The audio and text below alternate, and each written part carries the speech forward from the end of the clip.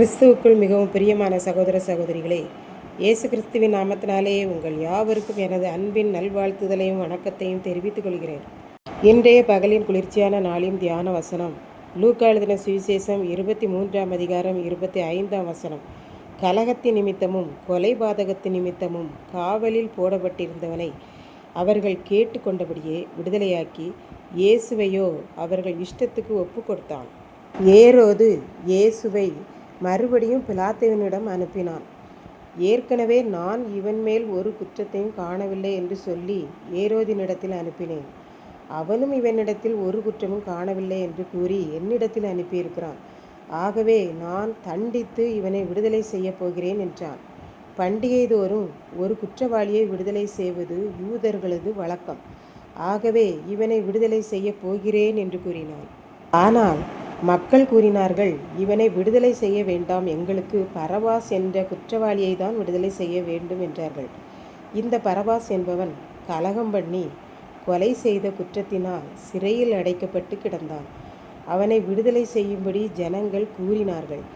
இயேசுவையோ பரபாசை விட கொடுமையான குற்றவாளியாக பார்த்தார்கள்.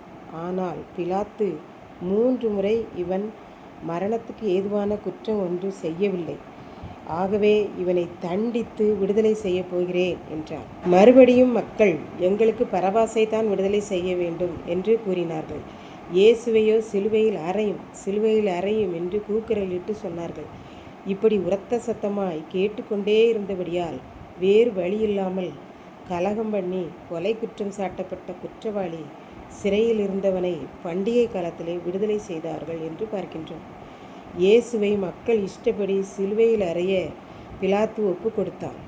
இயேசுவானவர் இந்த பாடுகளின் காலத்திலும் நேற்று வரை பிலாத்துவும் ஏரோதுவும் பகைவர்களாய் இருந்தவர்களை சிநேகிதர்களாக மாற்றினார். இன்று தன்னை சிலுவையில் அறையும்படி ஒப்பு கொடுத்து கொலை குற்றம் சாட்டப்பட்ட பரபாஸ் என்பவனை விடுதலை செய்தார். மரண பரியந்தம் தம்மை தாமே தாழ்த்தி மனுபுத்திரர்களை ஒற்றுமைப்படுத்துவதிலும் விடுதலை செய்வதிலுமேயே குறியாக இருந்தார் என்று பார்க்கின்றோம். இன்றைக்கு நம்மையும் இவ்விதமாகவே ஆண்டவர் நேசிக்கிறார். நாம் எத்தனை பெரிய பாவியாக இருந்தாலும் அவர் நம்மை விடுதலை செய்து அவரோடு கூட அழைத்து செல்லுகிற தேவனாய் இருக்கிறார் என்று பார்க்கின்றோம். இப்படித்தான் ஒரு பெற்றோருக்கு ஒரு மகன் இருந்தான்.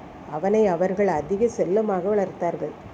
அவன் வாலிபனான போது மிகவும் பொல்லாதவனாகவே வாழ்ந்தான். அந்த ஊரிலானாலும் சரி, மற்ற ஊர்களிலானாலும் சரி, அவனுக்கு நல்ல பெயரே கிடையாது. செல்லுகிற இடங்களிலெல்லாம் வம்பு சண்டைக்காரனாக கிளப்பி விடுவான். இந்த செய்திகளை ஒவ்வொரு நாளும் பெற்றோர் கேட்டு மகனிடம் அன்பாக பேசினார்கள்.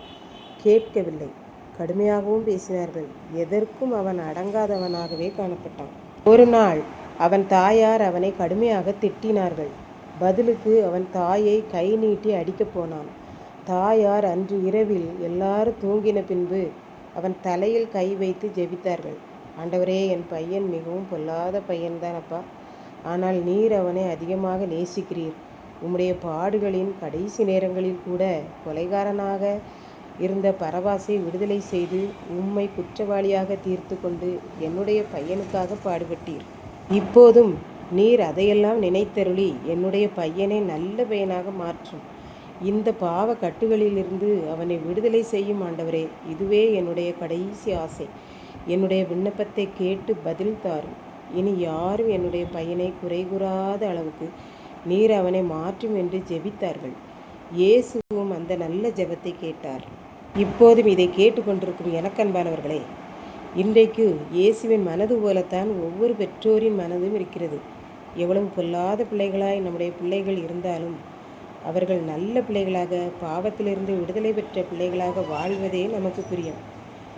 நம்மை காட்டிலும் நம்முடைய ஆண்டவர் நம்மேல் அதிக கரிசனை உள்ளவர்களாக இருக்கிறபடினால் அவர் நாம் எப்பேற்பட்ட கலகக்காரர்களாகவும் மனித கொலைபாதகம் உடையவர்களாக இருந்தாலும் நம்மை விடுதலை செய்து நம்மை ஆசீர்வதிப்பது ஒன்றையே அவர் குறிக்கோளாக கொண்டு செயல்படுகிறார். அதை நாம் புரிந்து கொண்டு வாழ்ந்து ஆசீர்வாதம் பெறுவோம். கர்த்தர் தாமே இந்த வார்த்தைகளை ஆசீர்வதிப்பாராக. ஆமென். ஜெபம். அன்பின் ஆண்டவரே, இந்த அருமையான நல்ல நாளுக்காக நன்றி செலுத்துகிறேன். இப்பொழுதும் இந்த வார்த்தையை கேட்டுக்கொண்டிருக்கிற ஒவ்வொரு பிள்ளைகளும் நீர் எங்களை எவ்வளவாய் நேசிக்கிறீர் என்பதையும் எங்களை விடுதலையோடு வாழ பண்ணுகிற தேவன் என்பதையும் அறிந்து கொள்ள உதவி செய்தரணும். என்றென்றைக்கும் நன்றியுள்ளவர்களாய் வாழ அருள் புரியும். இயேசு கிறிஸ்துவின் மூலம் வேண்டிக் கொள்கிறேன் பிதாவே. ஆமென்.